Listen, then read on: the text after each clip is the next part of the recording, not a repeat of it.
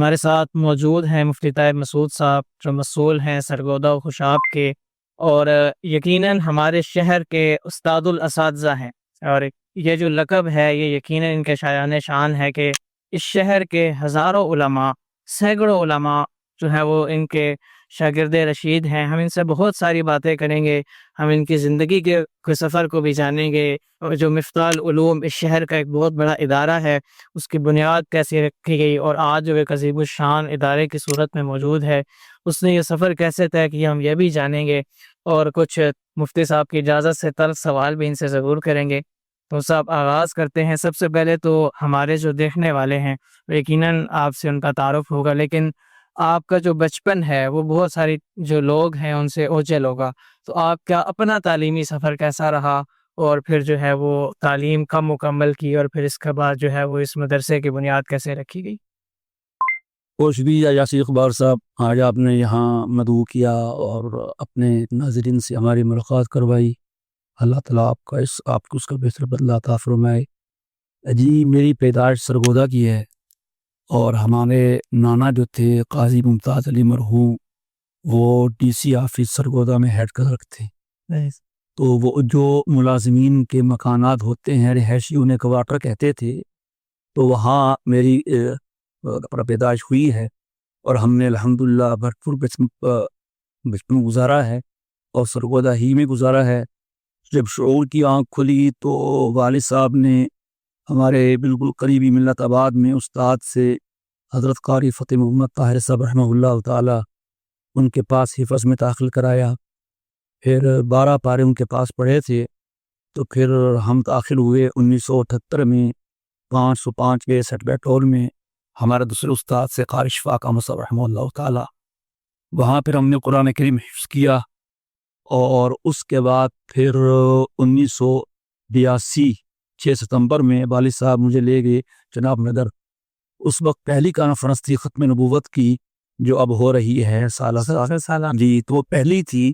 تو وہیں والد صاحب نے حضرت خواجہ خانون صاحب رحمہ اللہ تعالی سے میری بسم اللہ کروائی، اور مجھے یاد ہے حضرت نے اس کے کمرے میں ظہر کے بعد مجھے پہلا سبق پڑھایا، جو شیخ سعدی کا رسالہ ہے کریمہ، اس کے پہلے اشعار، اور وہ تھے کریمہ ببخشائے برحال ماں کہ ہستم اسیرے کمندے ہوا، نداریم غیرز تو فریاد رس، تو ہی آسیاں را خطا بخشو بس۔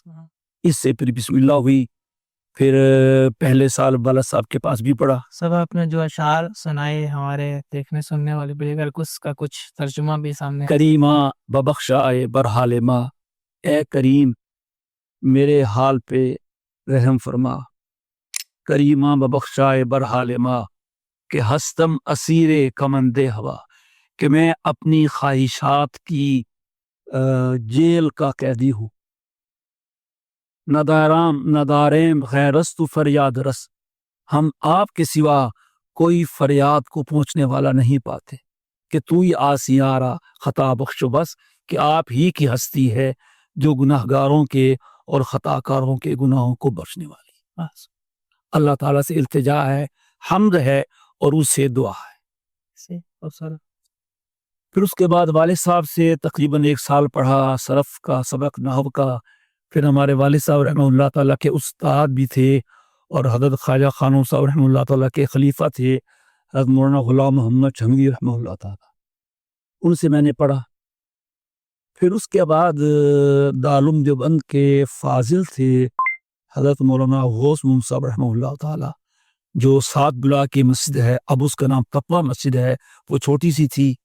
تو پھر وہاں پڑھتے تھے، صبح آئے، سائیکل ہوتا تھا اس وقت میں، صبح کے 3-4 گھنٹے 5 گھنٹے پڑھے، بس پھر گھر چلے گئے، دن بھر گھومے۔ مجھے کہتے تھے استاد کہ طاہر تم ذہین بہت ہو، لیکن تم جو ہے نا وہ بس محنت کوئی نہیں کرتے، آ کے سناتے تھے۔ اور بچپن جو ہے وہ اسی طرح گلیوں میں کھیلتے۔ الحمدللہ بہت انجوائے کیا ہم نے، اور اللہ کا شکر ہے سارا شہر جانتا ہے۔ الحمدللہ اللہ کا احسان ہے کہ والد صاحب کی وجہ سے اور علمی اور نیک گھرانے کی وجہ سے جو ہمارا بچپن ہے وہ بہت اچھا گزرا ہے، پاکیزہ ہے الحمدللہ۔ اللہ نے اچھے دوست دیے، اچھے ساتھی دیے، ہر طرح کے تھے، لیکن یہ اللہ کا احسان ہے کہ کوئی بھی ہمارا دوست ہمیں کسی غلط راہ پہ نہیں لگا سکا، الحمدللہ۔ تو اس طرح پھر پڑھائی کا سلسلہ جاری رہا، پھر مولانا گوسم صاحب کے پاس پڑھا 2 سال، پھر وہ سراج علوم ایک بلاک آگے، غالباً 1984 یا اپنے 84 کی بات ہوگی، پھر وہاں ہم نے 2 سال پڑھا، اور بس پھر وہاں پڑھائی تھی، ساتھ اور مشغولیات بھی تھیں، ہم خود بھی سمجھ رہے تھے کہ ہمارا اس طرح سے یہاں پہ پڑھنا وہ صحیح نہیں ہے، پڑھائی کا حرج ہو رہا ہے۔ تو پھر میں نے والد صاحب سے خود عرض کیا کہ مجھے بھیج دیں دارالعلوم کبیر والا۔ ہمارے ایک ساتھی تھے عصمت اللہ صاحب جو ڈیرہ اسماعیل خان کے تھے، وہ گئے تھے، تو والد صاحب نے کہا نہیں کہ اپنے شہر میں رہ کے ہی پڑھنا ہے۔ ہم نے کہا ٹھیک ہے پھر پڑھ لیتے ہیں۔ پھر اگلا سال کا ہم نے پڑھا تو سب سمجھ گئے، تو پھر والد صاحب اس پہ راضی ہوئے کہ ہم آپ کو فیصل آباد میں جامعہ اسلامیہ امدادیہ مدرسہ بنا تھا نیا نیا اس زمانے میں، وہاں بیچتے۔ تو والد صاحب کے ساتھی تھے، دوست بھی تھے، مولانا محمد اقبال صاحب رحمہ اللہ تعالیٰ، وہ ہمیں لے گی، مجھے یاد ہے وہاں ہم داخل ہوئے 1987 میں غالباً، پھر 5 سال ہم نے وہاں پڑھا، الحمدللہ وہاں جانا بہت اچھا رہا۔ پھر وہاں ہم ٹاپر بن گئے اور سب کو پیچھے کر دیا۔ اور مجھے یاد ہے کہ ہمارے جو سادسہ کے سال ہے جسے بی اے لیول کا کہا جاتا ہے، اس کے ششمائی امتحان میں میرے 600 میں سے 601 نمبر آئے تھے، 600 میں سے 601 نمبر آئے تھے۔ اور اس سے پہلا جو سال تھا وہاں دیا تھا جو ہمارا 1 نمبر کس استاد نے اضافی دی؟ وہ دیا تھا مولانا محمد زاہد صاحب، ان کی کتاب تھی ہماری ادب میں ہے، عربی ادب میں، دیوان حماسہ۔ دیوان حماسہ بڑی ایک مشہور جی تو اس میں چونکہ میرا بچپن سے تھوڑا وہ ذوق ہے اشعار وغیرہ کا، تو استاد صاحب نے پیپر دیکھنے کے بعد درسگاہ میں آ کے اتنا تو کہا کہ ایک طالب علم نے پرچہ بہت اچھا لکھا ہے۔ تو بہرحال امید تو ہر کسی کو ہوتی ہے، تو جب وہ رزلٹ نکلا تو اسی پرچے میں میرے 101 نمبر تھے، باقی تمام کتابوں میں 100 پورے تھے اور اس میں 101 تھے۔ ابھی آپ کے لیے بھی جو ہے وہ باعث خوشی ہے، آپ کے شاگرد مفتی ہارون صاحب جو ہے میں یہی ادب پڑھا رہے ہیں اور دیوان حماسہ کا یونیورسٹی میں ہم انہیں کے شاگرد ہیں۔ ہم چاہیں گے کہ آپ سے اس جہلی اشعار کے اگر چند اشعار یا کوئی ہمیں سنانا سے۔ اچھا عربی میں ہوں گے؟ پھر وہ عربی میں ہوں گے ناظرین کے لیے، اس کے ہیں متنبی کے ہیں، تو وہ مطلب ہے کہ حیرت کا ثواب رکھنے والے آج ہیں تو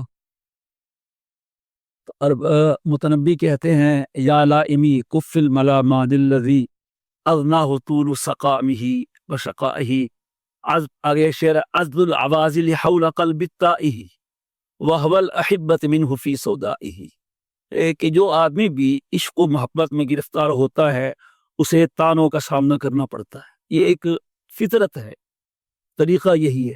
تو متنبی ان سے کہتے ہیں عزل العوازل حول قلب التائہ وہو الاحبۃ منہ فی سودائہ، کہ ملامت کرنے والوں کی ملامتیں میرے پریشان حال دل کے ارد گرد رہتی ہیں، جبکہ وہو الاحبۃ منہ فی سودائہ، اور جو محبت محبوبہ ہے وہ میرے دل کے اندر رچی بسی ہوئی ہے، تو وہ ملامت اس محبت کو کیسے متاثر کرے گی جو دل کے اوپر ہے اور محبت دل کے اندر رچی بسی ہو۔ جیسے وہ ناصر غازی نے کہا تھا نا، رچ پس کیا ہے ناصر ذہن میں کسی کا روپ، اب کیا کرے گا دل کوئی شاکار دیکھ کر، تو وہ محبت تو رچ بس جاتی ہے تو پھر وہ ملامت کا اثر نہیں ہوتا۔ تو یعنی زاہد صاحب نے آپ کو 100 میں سے ایک فکر پڑتی ہے۔ پھر تعلیمی جو اسی میں جو اس سے پہلا 2 سال پہلے تھے جسے ہم میٹرک لیول کا کہہ سکتے ہیں، ثانویہ عامہ، اس میں وفاق المدارس میں مجھے پورے ملک میں یعنی کہ 3rd پوزیشن ملی تھی، 3ری پوزیشن پورے ملک ملا۔ اس وقت صوبائی نہیں ہوتی تھی، پاکستانی لیول کی ہوتی تھی، تو بھی الحمدللہ اللہ کا شکر ہے۔ تو پھر اس طرح ہم نے وہاں پہ 2 حدیث مکمل کیا۔ کون سے سن میں؟ یہ عربی اعتبار سے 1412 بنتا ہے، اور 1991-92 کا شروع، 91-92 کے فروری میں ہمارے امتحان تھے، ہم 1992 فروری میں الحمدللہ اس درس نظامی سے فارغ ہو گئے۔ اچھا، پھر سچی یہ جو مفتاح العلوم ہے ایک بہت بڑی ہمارے شہر کی درسگاہ ہے، ہزاروں شاگرد یہاں پہ اس وقت آپ کے موجود ہیں، تو اس کا آغاز کس طرح ہوا اور کیا مشکلات پیش آئیں. اور دیکھیں جو آج ہے اتنی بڑی عمارت، اتنی بڑی درسگاہ کو دیکھتے ہیں تو یہ ایسے ہی نہیں بن جاتی، اس کے پیچھے بڑی قربانیاں ہوتی ہیں. ہم چاہتے ہیں کہ اس سفر کی بھی جو ہے وہ ابرودات سنائیں کہ جو ہم آج مفتاح العلوم کو دیکھتے ہیں. جی بہت اچھا. ہم یہ سمجھتے ہیں کہ مفتاح العلوم کے پیچھے بانی مفتاح العلوم حضرت مولانا عبداللطیف صاحب رحمہ اللہ تعالی ہمارے والد صاحب، ان کی دعائیں، ان کی محنتیں اور ان کا اخلاص ہے. والد صاحب نے 1956 میں اس کی بنیاد رکھی تھی اور نام بھی والد صاحب ہی کا رکھا ہوا ہے. وہ جماعتوں میں جاتے تھے باہر ملکوں میں، تو والد صاحب نے کسی ملک میں ایک مدرسے کا نام یہ دیکھا تھا مفتاح العلوم، تو پھر والد صاحب رحمہ اللہ تعالیٰ نے اس ادارے کا نام یہ رکھا. سر مفتاح العلوم کا مطلب مفتاح مینز کی، کی یعنی علوم کی چابی. علوم. مفتاح العلوم علوم کی چابی. جس طرح نماز جنت کی چابی ہے اور وضو نماز کی چابی ہے. مفتاح الطہور مفتاح الجنت الصلاۃ ومفتاح صلاۃ الطہور. جنت کی چابی نماز ہے اور نماز کی چابی وضو ہے. تو یہ گویا کہ چابی ہے اور چابی سے ڈور کھلتا ہے، دروازہ کھلتا ہے. جب آپ مفتاح العلوم میں آئے تو آپ نے علم کی چابی گھما دی تو آپ کے لیے علم کا دروازہ کھل گیا. ولی بابوہا، اور ہر تیری اسی علم کے محل کے دروازہ ہیں، وہ بھی نسبت ہے. تو پھر آپ اندر داخل ہو گئے، پھر جتنا آپ کا دل چاہے آپ اس سے فائدہ حاصل کریں. سے 1956 میں بنیاد رکھی. جی بنیاد رکھی. پھر ادوار صاحب رحمہ اللہ تعالی پڑھاتے رہے، اکا دکا سبق پڑھایا. کوئی آ گیا، ہمیں یاد ہے ہم جب بچے تھے کھیلتے تھے چھوٹے تھے تو ادوار صاحب کے پاس ہمارے گھر کے برآمدے میں کوئی نہ کوئی صاحب بیٹھے ہوتے تھے. ہمارے تایا مولانا جان محمد صاحب، حضرت مولانا رمضان صاحب شیخ الحدیث صاحب جو ابھی بھی ہیں ماشاءاللہ، وہ والد صاحب کے بڑے خاص شاگردوں میں سے ہیں. مولانا محمد قاسم صاحب بھاکنا والا جامعہ نعمانیہ کے بانی، مولانا مفتی عمر فاروق صاحب رحمہ اللہ تعالی، اور یہ سب حضرت والد صاحب کے شاگردوں میں سے تھے. تو پھر ابا جی نے 1981 میں حکومت پنجاب سے اس مفتاح العلوم کو رجسٹرڈ کروایا 1981 میں. جی. تو پھر اس کے بعد سلسلہ چلتا رہا، لیکن باقاعدہ جو اسے ایک جامعہ کی شکل ملی، یہ ایک منظم طور پہ درجات کی اس سے یہ ادارہ بنا، وہ 1997 میں. اس وقت میں جیسے بھی آپ کو عرض کیا 1992 کے شروع میں فارغ ہوا. پھر ہم چلے گئے دارالعلوم کراچی، وہاں 3 سال ہم نے تخصص کیا الحمدللہ. مولانا مفتی عثمانی صاحب دامت برکاتہم سے، وہ ہمارے بڑے پیارے اور محبوب استاذ ہیں، پہچانتے ہیں، محبت فرماتے ہیں، نام سے بھی جانتے ہیں، حضرت کے ساتھ رابطہ ہے، آنا جانا ہے. تو پھر وہاں سے میں فارغ ہو کے آیا. پھر 2 سال میں نے پڑھائے ہیں مدرسہ محمودیہ گلشن رحمان میں. لیکن ہمارا پہلے سے یہ ارادہ تھا، بڑے بھائی صاحب ہیں جو جامعہ کے اپنے کے ماشاءاللہ بڑے ہیں، سرپرست ہیں، خادم میں ہوں، مدیر مجھے کہا جاتا ہے، سرپرست بڑے بھائی صاحب ہیں مفتی محمد طیب صاحب تاغیہ خاتون. تو ہم دونوں بھائیوں کا یہ عزم تھا کہ والد صاحب کی اس یادگار کو ہم نے نہ صرف یہ کہ باقی رکھنا ہے بلکہ ترقی دے دی ہے. اور میں الحمدللہ امدادیہ بھی رہا، فیصل آباد 5 سال اور 3 سال کراچی رہا. تو علم کے ساتھ ساتھ، تعلیم کے ساتھ ساتھ میں بغور ان اداروں کے معاملات کو دیکھتا رہا کہ نظام کیسے ہے، مالیات کیسے ہیں، اساتذہ کیسے ہیں، اسباب کیسے ہیں، وہ سب الحمدللہ، کھانے پینے کے نظام کیسے ہے، وہ سب دیکھا ہے الحمدللہ. تو پھر آنے کے بعد چونکہ ابھی شروع میں ایسی کوئی صورت نہیں تھی، پھر وہاں ہم نے 2 سال پڑھایا اور ان سے کہہ دیا تھا مدرسے کے منتظمین سے کہ دیکھیں ہمارا اپنا ارادہ ہے مفتاح کے نام سے، تو جب تک ہمارا وہ ادارہ معرض وجود میں نہیں آتا تو پھر ہم آپ کے پاس کام کریں گے، اور جو ہی ہمارا وہ پلان بن گیا تو پھر ہم آپ سے رخصت لے لیں گے. پھر 24 فروری 1997 کو یہ اللہ کے فضل و کرم سے شروع ہوا. جگہ تھی مدرسے کی، ابھی بھی وہ جگہ انتظامیہ کے نام ہے الحمدللہ. شروع میں رکاوٹیں آئیں کیونکہ اوقاف کے زیر انتظام تھی مسجد، اس کے ایریا انہوں نے کچھ رکاوٹ کی، لیکن پھر ہمیں عدالت سے ریلیف ملا الحمدللہ. تو ابھی آپ کے سامنے ہے مفتاح العلوم بننے سے لے کے اب تک ناظرین کرام اور یاسر بھائی جو کچھ ہوا ہے یہ انسانی عقل سے ماورا ہے. ہمیں اس کا اندازہ نہیں تھا کہ یہ کام جو ہم شروع کر رہے ہیں 2 بھائی مل کے تو اتنی جلدی اوپر چلا جائے گا اور اللہ کے ہاں قبول ہو جائے گا. بالکل ہمارے پس میں نہیں تھا. اور یہ بھی آپ جانتے ہیں، سرگودے والے جانتے ہیں کہ ہم نے جو اپنے والد صاحب سے اور اپنے اساتذہ سے سیکھا ہے کہ کسی کے آگے ہاتھ نہیں پھیلانا ہے. ہم ان لوگوں میں سے ہیں جو ایک ہاتھ سے نہیں 2 ہاتھوں سے مانگتے ہیں. ہاتھ 2 ہوتے ہیں اور مانگتے ایک سے ہیں. یہ ہمارا مزاج ہے، بنایا تھا ہمارے اساتذہ نے. اور آپ دیکھتے ہیں آئے روز لوگ آئے ہوتے ہیں، نہ کوئی سفیر ہے، نہ ہم کسی کو کال کرتے ہیں، نہ کسی کو میسیج کرتے ہیں. بس رمضان کے مہینے میں سار کے بعد اپنی ضروریات جو ادارے کی ہے وہ شیئر کر دیتے ہیں، یا ساتھیوں کی اطلاع کے لیے مختلف جگہوں پہ لگا دیتے ہیں. مفتاح علوم کی یہ صورتحال، اسے کہتے ہیں کہ اپنی ضروریات بتا دیا کریں. اپیل کا لفظ اور چندے کا لفظ ہم اس کو اچھا نہیں سمجھتے. اور آپ نے دیکھا ہوگا کہیں بھی ہمارے کسی بھی پمفلٹ میں، فلیکس میں، بینر پہ لفظ چندہ یا لفظ اپیل نہیں ملے گا. تو الحمدللہ شروع ہوا، مجھے یاد ہے محلے کے لوگ شامل ہو گئے اور 5 دن میں وہ عمارت بن گئی. 5 دن کچی عمارت. ابھی تو ماشاءاللہ پختہ عمارت ہے نا، جو بنیادی 13 کمرے تھے اس میں وہ 5 دن میں بنے ہیں. محلے کے لوگ ساتھ مل گئے سارے، اور جو لوگ تھے کہ جن کا اپنا سٹاف تھا، ان کی فیکٹری تھی، مل تھی، وہ اپنے سارے سٹاف ساتھ لے آئے. ہمیں سمجھ نہیں آ رہی تھی، جیسے ایک جذبہ ہوتا ہے، ولولہ ہوتا ہے. جس طرح صحابہ کرام نے دین کا کام کیے ہیں، اس طرح غزوہ خندق کے موقع پہ خندق کھود رہے ہیں، اس طرح کا ماحول ملا. ایک ہمارے وہاں کے پڑوسی تھے، وہ کہیں گئے ہوئے تھے سفر پہ. وہ 5 دن کے بعد حیران رہ گئے، یار 5 دن میں نقشہ بدل گیا. کچھ جنات یہاں آئے تھے، ایک جن نے سارا کام کر دیا. میں نے سمجھ سے ماں بھرا ہے. پھر اب یہ ہے کہ بنیاد رکھ دی، کام شروع ہو گیا. اب ہم حیران تھے، جی سال پورا ہے، اساتذہ آئیں گے، تنخواہیں ان کی، طلبہ آئیں گے، کچن کا خرچہ، یہ سب کیسے ہوگا؟ تو ہماری سمجھ میں نہیں ہے. اس وقت یعنی تعلیم شروع ہونے سے پہلے 10 لاکھ کی رقم جمع ہو گئی تھی. تعلیم شروع ہونے سے پہلے، اور اس زمانے کے 10 لاکھ، اس زمانے کا 10 لاکھ 97 کا ہے جی. اور وہ ہمارے حساب میں سال بھر کی کم از کم وہ جو اساتذہ کرام کی سیلری تھی اس کے لیے کافی تھا. بس پھر اس طرح پھر ہمیں نہیں پتا نہیں کہ یہ کیسے ہوتا ہے. آ کے پوچھتے ہیں جی کون دیتا ہے؟ ہم نے کہا آپ یہاں بیٹھ جائیں، آپ دیکھیں کون دیتا ہے. گلے لگے ہوئے ہیں، اس میں ہم کھولتے ہیں.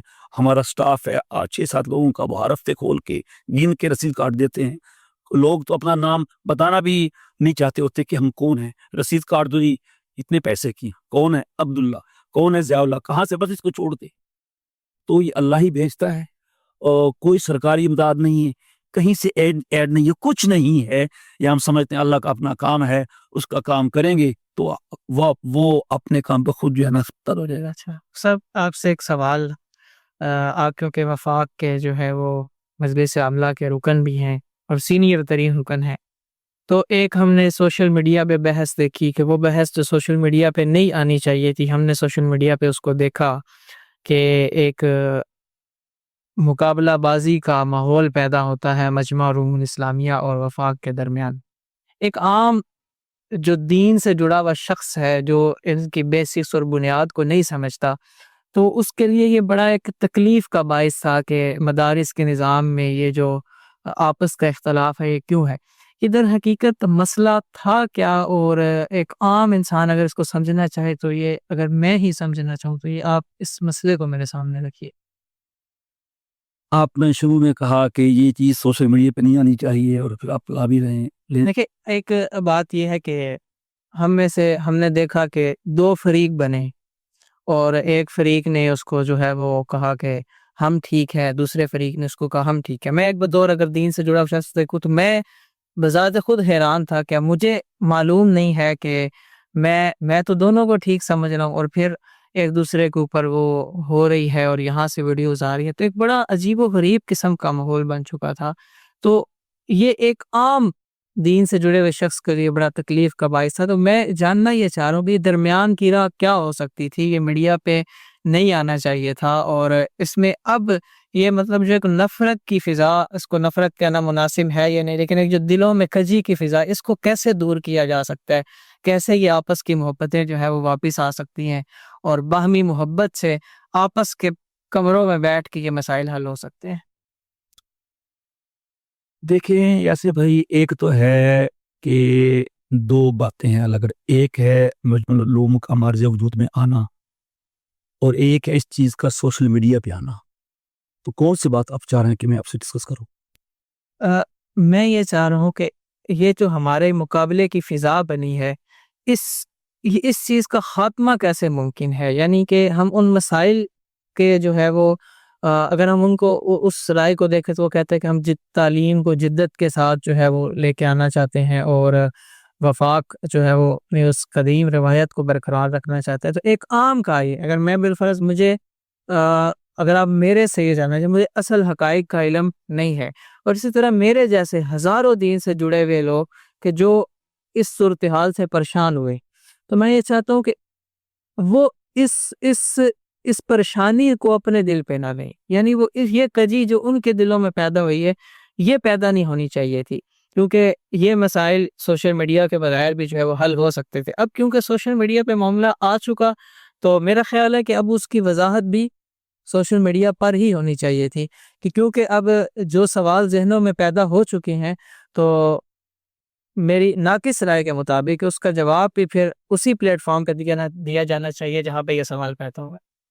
جی دیکھیں جی، جہاں تک تعلق ہے اس چیز کا کہ مجمل علوم اسلامیہ جو ہے یہ وفاق کے مقابلے میں یا جو بھی ہے یہ کیوں بنایا گیا، تو اس کا پس منظر جو ہم نے میٹنگوں میں سنا اور دیکھا حقائق ہیں وہ یہ ہے کہ ہمارے 5 وفاق ہیں جن کا بورڈ ہے، اس میں 5 مسلک کے، دیوبندی مسلک ہے، بریلی مکتب فکر ہے، اہل حدیث ہے، جماعت اسلامی والے ہیں، شیعہ حضرات ہیں، ان کا مل کے ایک اتحاد تنظیمات مدارس دینیہ اس نام سے ایک وہ مستقل بورڈ ہے اور ایک فارم ہے، ریڈ فارم ہے۔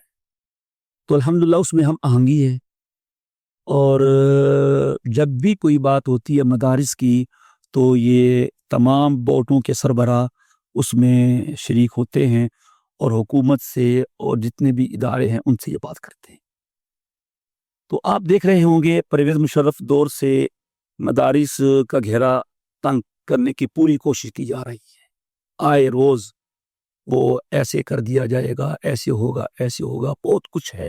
خلاصہ کلام یہ ہے کہ جو عالمی طاقتیں ہیں، عالمی قوتیں ہیں، عالمی ادارے ہیں، اسلام دشمن قوتیں کہہ لیں، وہ یہ سمجھتی ہیں کہ یہ جو آزاد دینی مدارس ہیں یہی در حقیقت اسلام کا سرچشمہ ہے۔ ان کا بس چلے، وہ ہمارے اداروں کو سکول بنا دیں، ہاسپٹل بنا دیں، اور کچھ بنا دیں، وہ ایک منٹ نہ لگائیں، لیکن انہیں عوام کے رد عمل کا خطرہ ہے، تو اب وہ لاریباب دینے کی کوشش کرتے ہیں، عنوان کچھ اور ہوتا ہے۔ اصل مقصد یہ ہے کہ مدرسے کی آزادی اور حریت کو ہم ختم کریں، جیسے ہم چاہیں وہ ہوں۔ پھر آپ کو جو باہر کے مدارس مل رہے ہیں، جامعہ ازہر ہے، دوسرا ہے، یا پاکستان میں بہاولپور کی یونیورسٹی وغیرہ وغیرہ، ان کا حال کیا ہوا آپ جانتے ہیں۔ تو ہمارے حضرات نے یہ فیصلہ کیا ہوا ہے کہ ہم کسی بھی قیمت اپنے مدارس کی آزادی اور حریت کے خلاف کوئی اقدام قبول نہیں کرے گی۔ یہ ہماری شرگ ہے، اس لیے کہ اگر نصاب وہ دیں، ٹیچر وہ دیں، تو پھر کل کو مدرسہ ان کا ہو جائے گا۔ تو اس میں جو ہے وہ مذاکرات ہوتے رہے تفصیل کے ساتھ، سب کے ساتھ۔ تو جب ایک جگہ پہ آ کے مذاکرات میں ڈیڈ لاک آ گیا، تو اب انہوں نے کہا کہ اگر تم ہماری بات نہیں مانتے، ٹھیک ہے، ہم پھر اور لوگ لے آئیں گے، وہ زیادہ ہوں گے تو ہم ان کی وجہ سے پھر تو آپ کی دال نکلے گی۔ یہ ہے نقطہ آغاز ان بورڈوں کے مارکیٹ میں آنے کا۔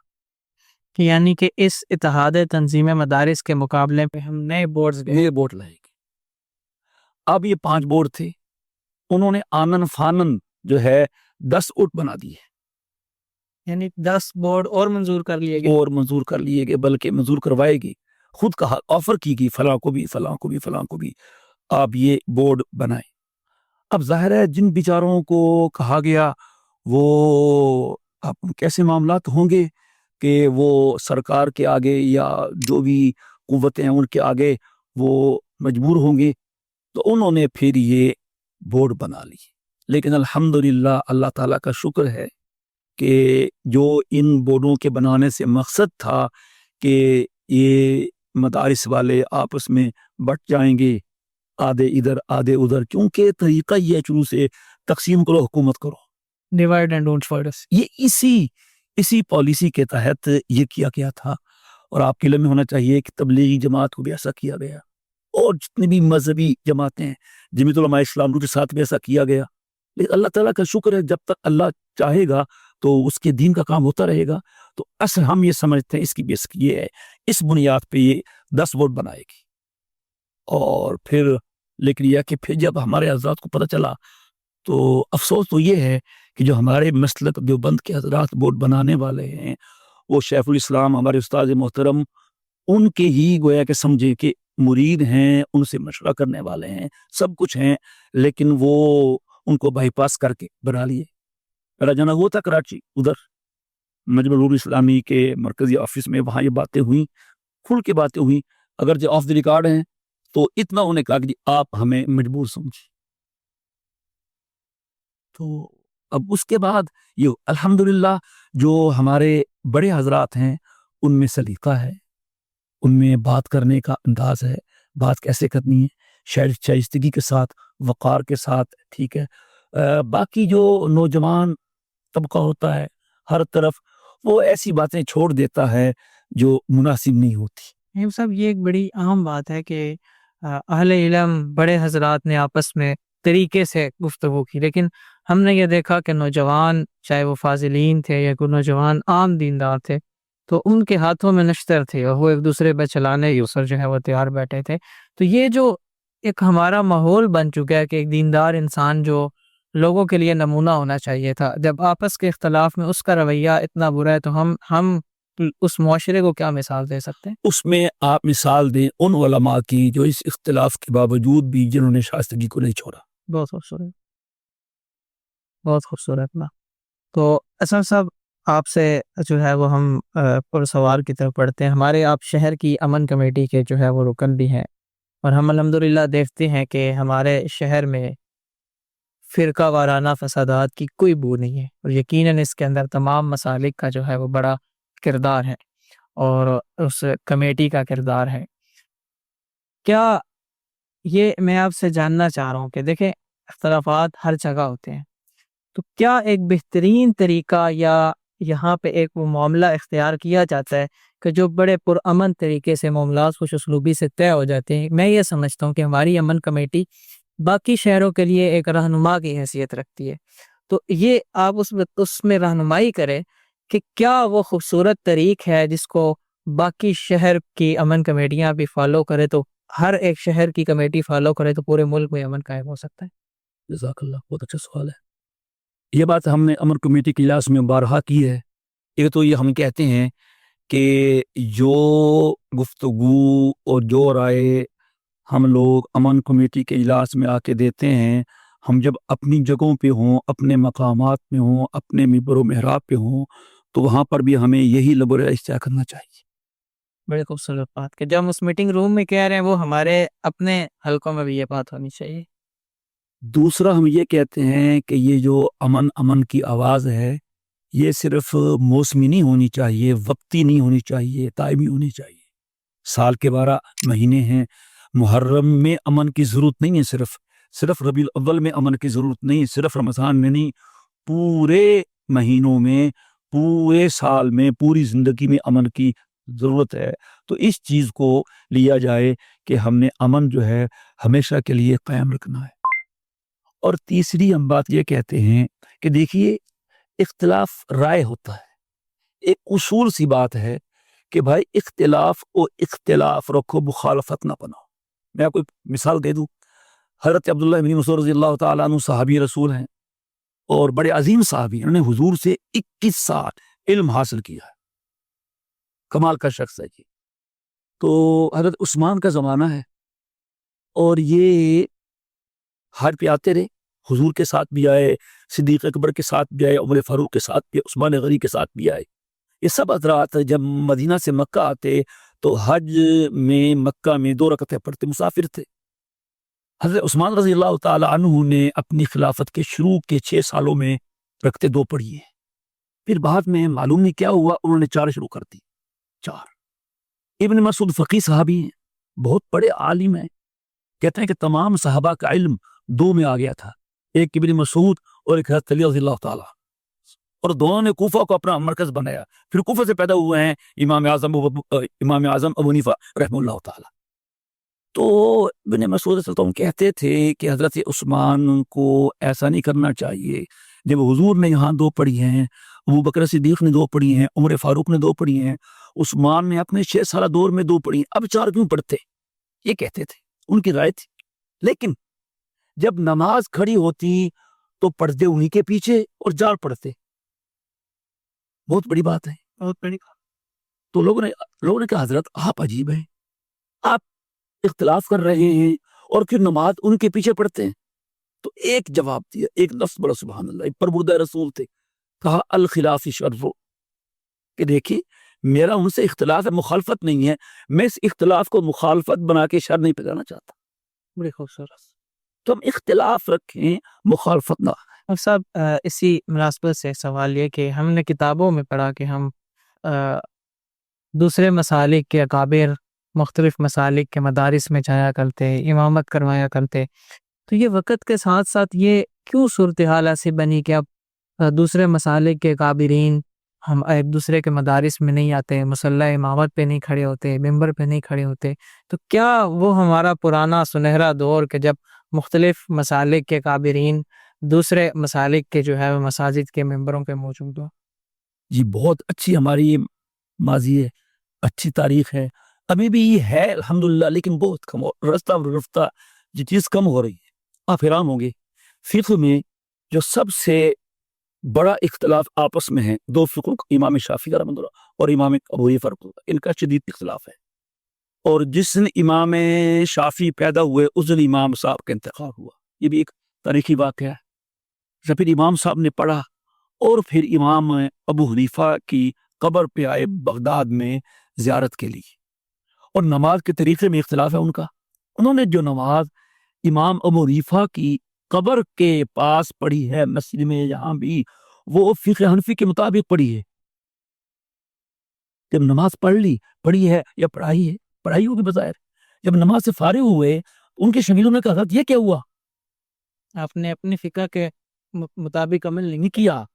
تو عجیب جواب دیا، اشارہ کر کے قبر کی طرف، احتراماً لأبی حنیفہ، احتراماً لأبی حنیفہ، کہ آج ہم ابو حنیفہ کی قبر پہ آئے ہیں تو اس کا احترام کا بھی کوئی تقاضا ہے نا، تو ہم نے اس صاحب قبر کے احترام میں اپنے مسلک کو چھوڑ کر ان کے مسلک میں نماز پڑھی ہے۔ اس کا مطلب یہ تھا مسلک ہمارا بھی صحیح ہے، مسلک ان کا بھی صحیح ہے، لیکن احترام باقی ہے۔ احترام اس کو ہمارے اکابر نے یہ بھی کہا ہے، لوگ اس کا غلط معنی لیتے ہیں کہ اپنا مسلک چھوڑو نہیں، دوسرے کا مسلک چھیڑو نہیں، کہ آپ کسی کے مسلک پہ طنز کریں، اعتراض کریں اور ڈیگریڈ کریں اور اس پہ آپ یا نا وہ تشنیع کریں، تبرہ کریں، یہ چیزیں پھر یہ بس اوقات نوجوان لوگوں کے جذبات سے کھیلنے والی باتیں ہوتی ہیں۔